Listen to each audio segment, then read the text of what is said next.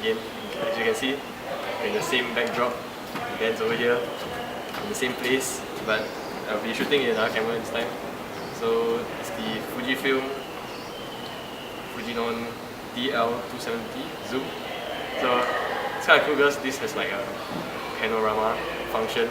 So it's kind of like the Hasselblad Expand, but instead of using 2 frames, you only use 1 frame and it cuts the film. So I'll be shooting the Tri-X 100 with this. We'll see how it goes.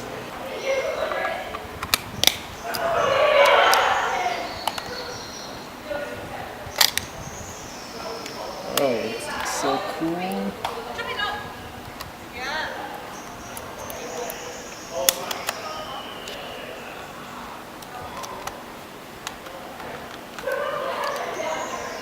There goes nothing.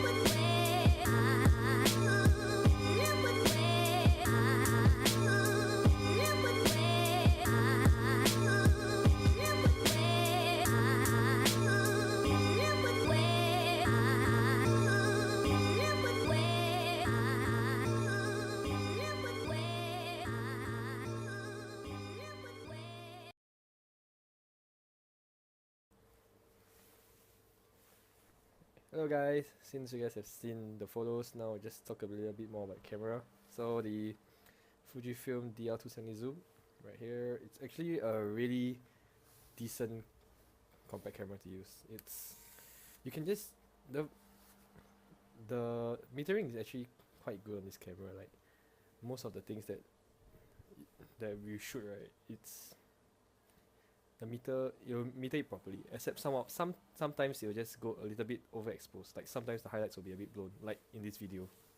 So one thing about this camera is that every time when you start the camera, right, with the flash, you see the flash, yeah, you gotta change the flash to no flash before you can shoot. If not, even though it's perfectly sunny, the camera will just flash. And that's why there was one shot that I tried to take. Maybe I'll probably put it inside there. That one shot that I took, like, it had a bit of a flash, so it kind of makes it kind of a bit weird lah. So that's the only thing about this camera. Then the other fact that it's cool that they have the panorama mode and the normal 4x3 mode. So and so it's kind of a bit of a hack lah, to be honest, because the normal Hasselblad Expand, right, it's 2 frames, 35 together. That's like one, so it's like a bigger than full frame. But this is just like 1 frame that's cut into 16:9. So it's not really a full panorama, but it's a decent panorama. Okay, so one thing about this camera is also because I shoot this all in the panoramic mode, right? So you gotta really think about how you wanna frame the images, like, because if you frame the subject too center, right, or if you frame it too much to the row of thirds, right, left or right, there'll be a lot of negative space at the side. You can see some of the photos, there's some of them where the negative space are a bit outroot. So but one thing is that sometimes using the light and all that, you can also make some plays with this negative space as well, which I think works pretty well in this camera as well. So had quite a lot of fun playing with this camera. It's quite a fun camera to go to. Because of its 16:9 crop, right, it makes it slightly easier to take pictures in the street. So like you wouldn't be standing so far away. You can be like maybe 2 or 3 meters away from a person, which is normally quite far. But with the 16:9, it kind of like closes everything up a bit, makes it easier to take the picture. Like one of the shots, I was actually sitting like just 1 meter, 2 meter, 1.5 meters away from this group of people. But then, I wasn't.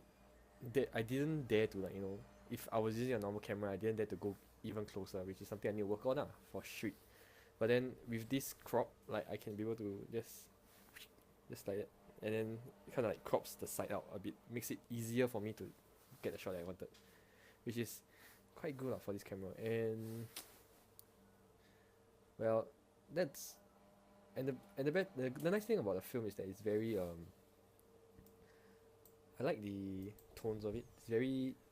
It's contrasty parts, and they are contrasted, but then it's not super contrasted. It's like just very nice. The grains are like, you know, good as always. And one thing about it's also the camera, the vignetting. Sometimes it bugs me a bit, but other than that, it's quite good, to be honest. Great camera.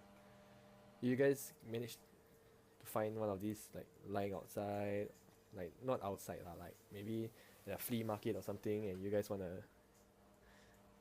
like play with it, I would highly suggest it because it's quite fun. The good thing about this camera is that it also has zoom. Good, right?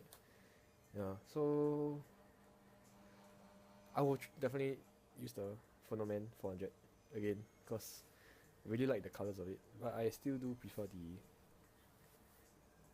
other black and white films. So thanks a lot for watching. If you survived to this part, kudos to you.